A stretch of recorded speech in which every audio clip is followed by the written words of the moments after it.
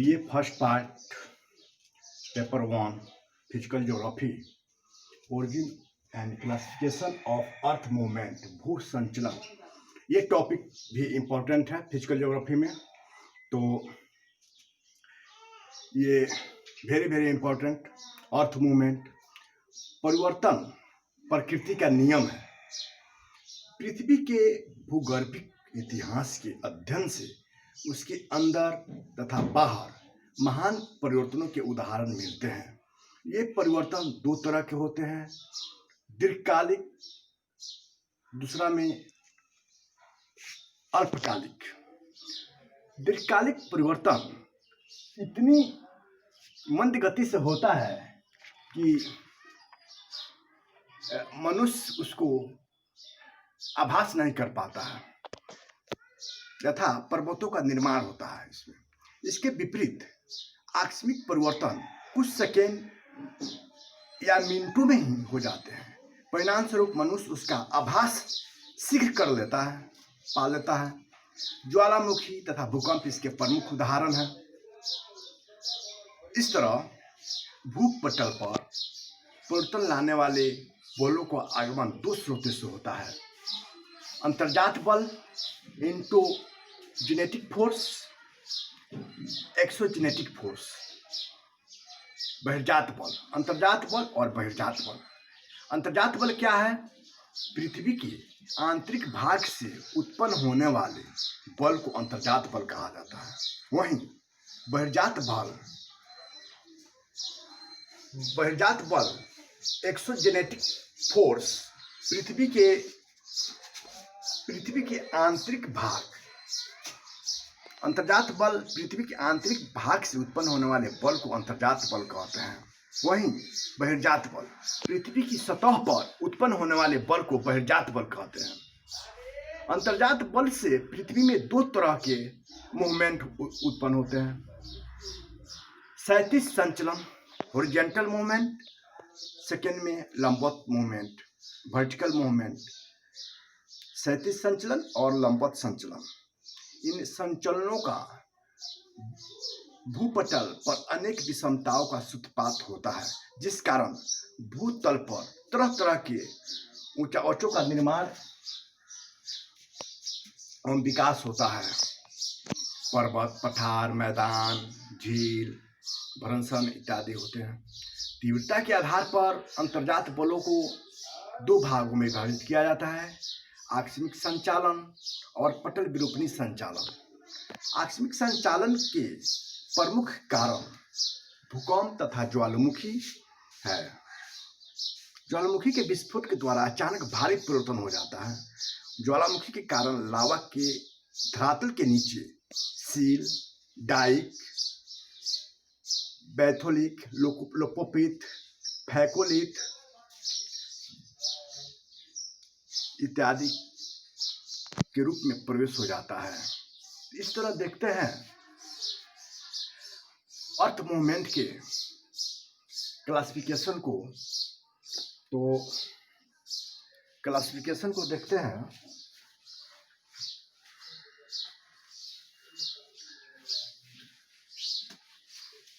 Earth movement की classification आपको exogenetic, endogenetic में बांटा गया है।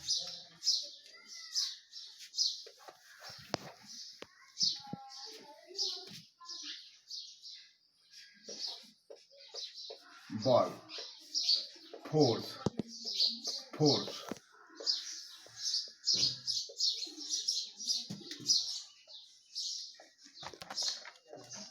अंतर्जात बल,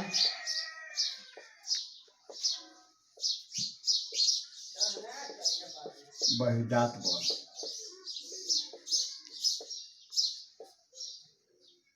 यानी एक्सोजेनेटिक, एंडोजेनेटिक फोर्स। अंतर्जात बल को देखते हैं तो पटल विरूपण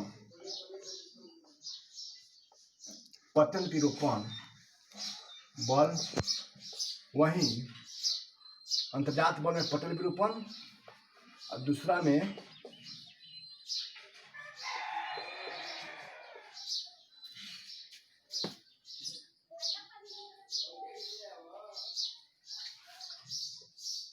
आकस्मिक बल। आकस्मिक बल को देखते हैं, जैसे बोले हैं पहला में ज्वालामुखी, सेकेंड में भूकंप।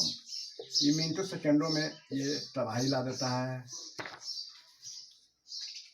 रचनात्मक कार्य भी होता है, विनाशात्मक कार्य भी होता है। उसी तरह पटल विरूपण में महादेशजनक यानी महादेशजनक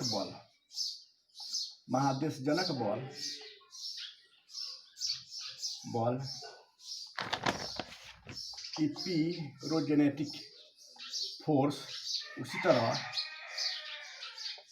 पर्वत निर्माणकारी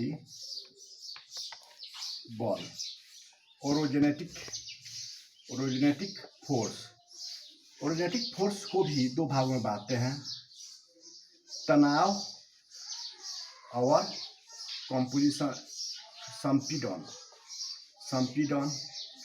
तनाव को, टेंशन को भी दो भागों में बांटते हैं, क्रैकिंग और फॉल्टिंग। उसी तरह संपीड़न को भी आपको दो भागों में बांटते हैं, वार्पिंग और फोल्डिंग। उसी तरह इपिरोजेनेटिक महादेशजनक बल भी दो भागों में बांटा जाता है, अपवार्ड फोर्स और डाउनवार्ड फोर्स। इस तरह ये अंतर्जात बल का वर्गीकरण किए हैं। बहिर्जात बल का वर्गीकरण करते हैं तो वेदरिंग और इरोजन, अपक्षय और अपर्दन और अपक्षय। वेदरिंग, अपक्षय, इरोजन माने अपर्दन के द्वारा भी, जैसे बहता जल द्वारा अपर्दन, पवन द्वारा, हिमनद द्वारा, उसके द्वारा परिहिमानी द्वारा। इस तरह फोर्स को इंडोजेनेटिक फोर्स और एक्सोजेनेटिक फोर्स, अंतर्जात बल और बहिर्जात बल को वर्गीकरण किए हैं। तो इसमें देखते हैं अर्थ मूवमेंट कहाँ इंपॉर्टेंट है। तो फोल्डिंग, बलन और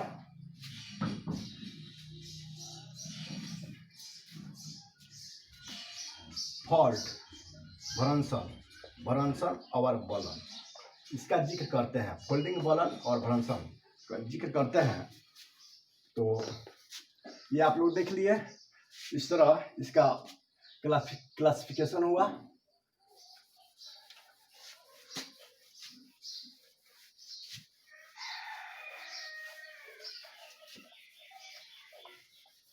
आगे बढ़ते हैं। फोल्डिंग अर्थात बलन और फॉल्ट, यही दो मुख्य बिंदु को इस पर जिक्र करते हैं अर्थ मूवमेंट में।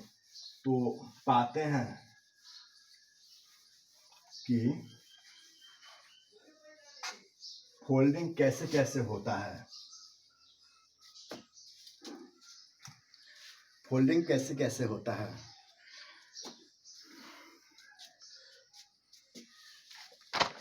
फोल्डिंग कैसे होता है तो इसका जिक्र करते हैं। फोल्डिंग का डिफिनेशन यह है कि पृथ्वी के अंतर्जात बल द्वारा उत्पन्न भौतिक संचलन द्वारा जब भूपटलीय चट्टानों में संपीड़न की स्थिति उत्पन्न हो जाती है तो चट्टानों में लहरनुमा मोड़ पड़ जाते हैं। इस तरह के मोड़ों को बलन कहा जाता है, फोल्डिंग कहा जाता है। ऊपर उठे हुए भाग को अपनति एंटीक्लिन एंड नीचे धसे हुए भाग को सिनिक्लिन कहते हैं। जैसे इसको फिगर के द्वारा देखते हैं तो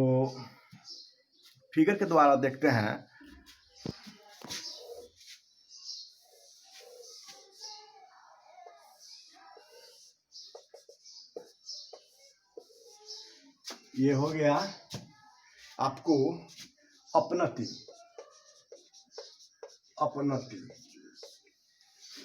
हो गया।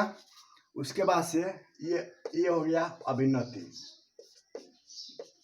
अभिनति, यानी कहे हैं एंटीक्लीन एंड सिनक्लीन, एंटीक्लीन एंड सिनक्लीन, ये बलन के दो मुख्य अंग अपनति और अभिनति, अपनति और अवनति, अपनति हो गया और अभिनति हो गया। बहुत इंपॉर्टेंट फिगर है, इसको डिनोट कीजिए। आगे बढ़ते हैं तो एक फिगर के द्वारा देखते हैं बलन के और टाइप।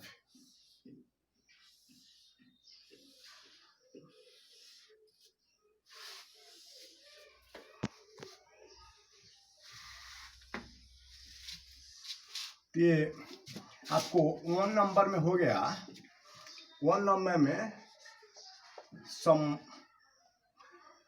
में सममित हो गया है, आपको सिमेट्रिकल फोल्ड कहा जाता है इसको। सेकेंड नंबर में हो गया असममित, असममित। थर्ड नंबर में हो गया आपको एक दिगंत फोल्ड बलन, सममित बलन, असमित बलन, एक दिगंत बलन। फोर्थ नंबर में आपको हो गया, फोर्थ नंबर में हो गया सममित, असमित, एक दिगंत और समनत, समनत बलन। 5 नंबर में आपको हो गया, 5 नंबर में परिबलित, परिबलित। इस तरह सममित बलन, असमित बलन, एक दिगंत बलन, परिबलित बलन फिगर के द्वारा दिखाया गया है फोल्डिंग। और इस तरह अवनमन भी होता है, प्रतिलमन भी होता है, प्रतिबलन भी होता है और नमन भी होता है। तो ये फोल्डिंग, टाइप ऑफ फोल्डिंग हो गया। Types of folding very important answer लिखने के व्यू से। उसके बाद इसके बाद देखते हैं टाइप्स ऑफ फोल्ड तो देख लिए, सममित बलन, असममित बलन, एक दिगंत बलन, समनत बलन और परिबलित बलन, प्रतिबलन बलन, असमलन और नमन बलन। इस तरह इसका टाइप हुआ, टाइप्स ऑफ फोल्ड का। उस तरह फॉल्टिंग देखते हैं। Faulting very important topic, very important topic. Fault, fault को डिफाइन करते हैं तो तनावमूलक संचलन की तीव्रता के कारण जब भूपटल में एक तल के सहारे चट्टानों का स्थानांतरण हो जाता है तो उत्पन्न संरचना को भ्रंश कहते हैं, फॉल्ट कहते हैं। तनावमूलक संचलन की तीव्रता के कारण जब भूपटल में एक तल के सहारे चट्टानों का स्थानांतरण हो जाता है तो उत्पन्न संरचना को भ्रंश कहते हैं। जिस तल के सहारे भूपटल की चट्टानों में खंडों का स्थानांतरण होता है उसे विभंग तल या भ्रंश तल कहते हैं। टाइप्स ऑफ फॉल्ट, भ्रंश के भी प्रकार हैं, जैसे इसको फिगर द्वारा डिफाइन करते हैं तो types of fault, types of fault, fault भ्रंश के प्रकार। तो एक होता है नॉर्मल, नॉर्मल फॉल्ट, समान भ्रंश। समान भ्रंश में आपको, समान भ्रंश में दोनों विपरीत अवस्था में जाता है और क्या होता है, यहाँ का भाग फिर नीचे धंस जाता है, ये यहाँ आ जाता है। तो ये नॉर्मल फॉल्ट हुआ, नॉर्मल भ्रंश हुआ। इसी तरह रिवर्स फॉल्ट, सेकेंड में रिवर्स फॉल्ट, व्युत्क्रम भ्रंश, व्युत्क्रम भ्रंश के बारे में जिक्र करते हैं। तो इसको देखा जाए तो ये दोनों टकराता है, यहाँ तो दोनों अलग अलग हुआ जिस कारण यहाँ पर धंस गया, यहाँ पर दोनों टकराता है जिसके कारण यहाँ पर रिवर्स फॉल्ट होता है, रिवर्स फॉल्ट देखने को मिलता है। तो इस तरह normal fault, reverse fault types of fault के हुए। तो भ्रंश द्वारा स्थलाकृति का विकास भी होता है, जैसे रिफ्ट घाटी, रिफ्ट वैली फेमस है। किसी स्थान पर जब दो समान भ्रंश कई किलोमीटर की लंबाई में इस तरह पड़ते हैं कि उनके बीच का भाग नीचे धंस जाता है, लो डाउन हो जाता है। उससे घाटी का निर्माण होता है, बेसिन का निर्माण होता है। उसे रिफ्ट घाटी कहते हैं, रिफ्ट वैली कहते हैं। तो रिफ्ट वैली किसी स्थान पर जब दो समान भ्रंश कई किलोमीटर की लंबाई में इस तरह पड़ते हैं कि उनके बीच का भाग नीचे धंस जाता है, जिससे घाटी या बेसिन का निर्माण होता है। इसे रिफ्ट घाटी या ग्राबेन कहते हैं। जॉर्डन की प्रसिद्ध भ्रंश घाटी समुद्र तल से भी नीचे है, यानी जॉर्डन की प्रसिद्ध जो भ्रंश घाटी है समुद्र तल से भी नीचे है। जैसे मृत सागर, मृत डेड सी, ये ऐसा सी है कि सबसे निम्न भूमि में है। कैलिफोर्निया की मृत घाटी, भारत की नर्मदा एवं दामोदर घाटी। उसी तरह रैंप घाटी का एग्जाम्पल हो गया असम के ब्रह्मपुत्र घाटी। इसमें क्या होता है, दोनों किनारे ऊपर उठ जाते हैं और बीच में धंस जाते हैं, जिससे ब्रह्मपुत्र की घाटी एग्जाम्पल है। ब्लॉक पर्वत का एग्जाम्पल हो गया सतपुड़ा पर्वत या जर्मनी का ब्लैक फॉरेस्ट। इसमें क्या होता है, किनारे के दोनों भाग नीचे धंस जाते हैं और ऊपर का भाग ऊपर उड़ जाते हैं। इसी तरह फोर्ट में एक हॉर्स पर्वत भी होता है, एग्जाम्पल यूरोप का हॉर्स पर्वत। इस तरह भी इसमें दोनों किनारे अलग अलग होते हैं, ऊपर उठ जाते हैं। तो इस तरह देखते हैं आपको वर्ल्ड का सबसे फेमस मृत घाटी हुआ जॉर्डन, जो सबसे निम्न समुद्र सबसे निम्न भूमि में है। तो फॉल्ट में आपको देखते हैं, फॉल्ट में जैसे रिफ्ट घाटी की बात करते हैं, रिफ्ट घाटी, रिफ्ट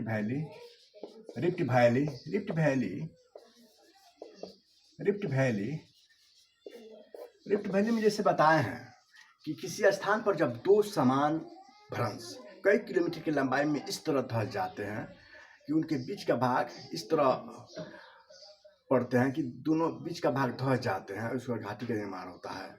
जैसे